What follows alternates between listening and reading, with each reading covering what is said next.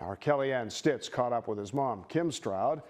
And Kellyanne, you learned that the road to the NFL for CJ had its rocky spots. It certainly did. It was not an easy path to the NFL. Kim told me when CJ arrived on Ohio State's campus, he carried with him a dream and only $10 in his pocket. She said parents of his teammates like G. Scott Jr. and Jackson Smith and Jigba took CJ shopping for dorm essentials and toiletries, helping support CJ when times were rough. Now the Texans' new franchise QB is in a position to ensure his family won't have to struggle again.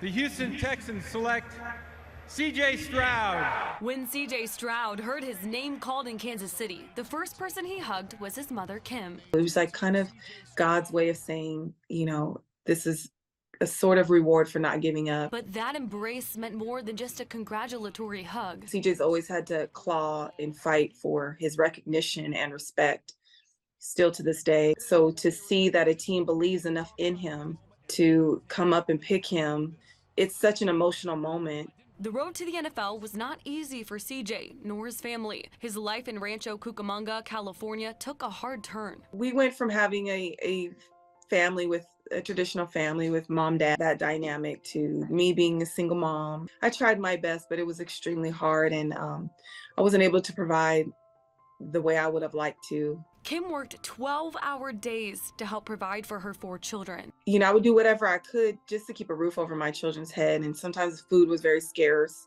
We were almost homeless. You know, no one would take us in. We didn't have anywhere to go. You know, at one point I was going to place my kids in different places because I didn't want them to be homeless, you know, so we went through a lot. But the struggle didn't separate their family. In fact, it made them closer. And that strength carried CJ as he overcame adversity through football. One thing about CJ is he stayed true to his dream, you know, and he, even though, you know, all these things obviously affected him, he made the best of them. That hug on a Thursday night in Kansas City was an embrace of affirmation that CJ is exactly where he's supposed to be. That moment was just a little tiny pat on CJ's back, that he's shown the world that you don't have to give up, that you can continue to fight, and you don't have to let people label you, and that no matter what happens in your family life or on the field, just keep fighting.